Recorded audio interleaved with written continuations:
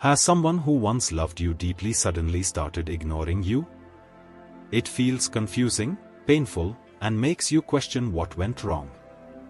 But the truth behind this sudden change in behavior might not be what it seems.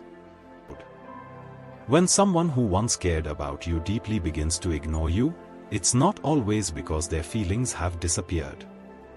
There can be several reasons, and often, they stem from emotional struggles within themselves. The first thing to understand is that ignoring someone can be a defense mechanism.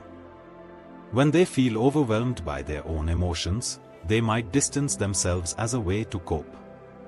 Sometimes, they start ignoring you because they're afraid of the intensity of their feelings. Love can be overwhelming, and when someone feels too vulnerable, they might choose to protect themselves by pushing you away. It's a way for them to gain control over their emotions, even though it hurts both you and them in the process. Another reason could be unresolved conflict. When someone feels hurt or disappointed, but doesn't know how to express it, they may choose to stay silent instead. Ignoring you becomes their way of handling the situation without confronting their own feelings or addressing the issues directly. It's a form of emotional shutdown, where they distance themselves rather than deal with the pain.